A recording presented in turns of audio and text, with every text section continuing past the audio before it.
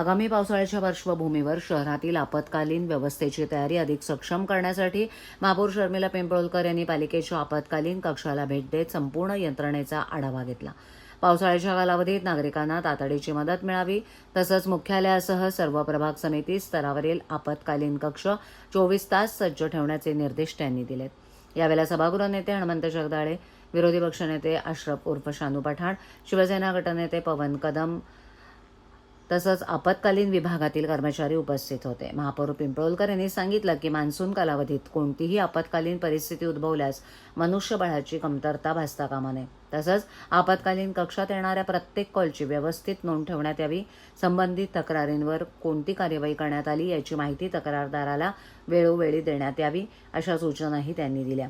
पावसाळ्यात विविध विभागांमध्ये समन्वय राखणं अत्यंत महत्त्वाचं असल्याचं नमूद करत महावितरण आणि पोलीस विभागाचे समन्वयक आपत्कालीन कक्षात उपलब्ध ठेवण्याबाबत नियोजन करण्यास सांगण्यात आलं। यावेळेला महापौरांनी TDRFच्या तयारीबाबतही माहिती घेतली। शहरातील एखाद्या भागात गंभीर आपत्कालीन परिस्थिती निर्माण झाल्यास त्याची माहिती तात्काळ महापौर, उपमहापौर, पदाधिकारी तसंच संबंधित भागातील स्थानिक नगरसेवकांना देण्यात यावी, अशा सूचना त्यांनी अधिकाऱ्यांना दिल्यात।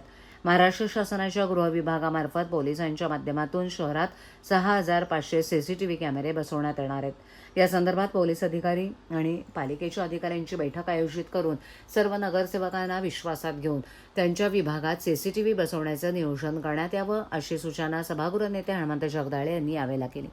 ठाणे महापालिकेच्या आपत्ती व्यवस्थापन विभागात 10 हंटिंग लाईन्स आणि 13 हॉटलाईन्स कार्यरत आहेत।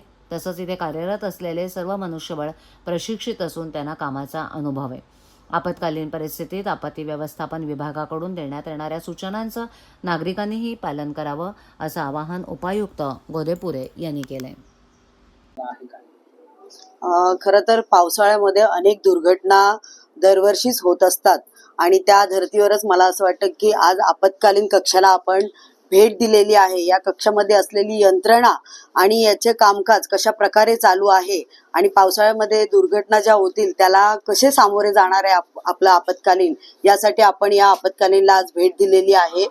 तर मला असं वाटतं की मंत्रालय, जिल्हाधिकारी कार्यालय आणि अग्निशमन विभाग असे एकूण 13 हॉटलाईन आहेत खरं तर, आणि या कक्षाकडे मनुष्यबळ आणि यंत्रसामुग्री ही मुबलक असल्याचं मला दिसून आलंय। आपण त्याचे व्हिडिओ घेतलेच आहेत, पण येत्या मान्सून कालावधीमध्ये खरं तर आपली सदृश्य घटनांना सामोरे जाण्यासाठी ही व्यवस्था एकदम चांगली व्यवस्थित असली पाहिजे। एखादा फोन कॉल आला तर तो उचलला गेला पाहिजे, कारण स्थानिक नगरसेवकांचे असे म्हणणं असतं की आम्ही वारंवार फोन करतो पण फोन उचलले जात नाहीत। तर ही सगळी व्यवस्था कशी काय आहे बघण्यासाठी आणि आपत्कालीनला जे अधिकारी जे आहेत त्यांना आपण या सूचना आज दिल्या आहेत की जी घटना ज्या प्रभागामध्ये होईल तर त्या तिथल्या स्थानिक नगरसेवकांचे फोन होतात, कधी नागरिकांचे फोन येतात, तर ते फोन उचलले गेले पाहिजेत किंवा एखादा नगरसेवक त्यासाठी पाठपुरावा करत असेल तर त्या तत्काळ त्या घटनेवर आपण हजर राहिले गेले पाहिजेत। कक्षामध्ये काही सुधारणा पण करण्याच्या ज्या गरजा आहेत त्याही आज आपण बघून घेतल्या आणि तसे निर्देश अजून वाढवण्यासाठीही आपण आपत्कालीनला सांगण्यात आला आहे।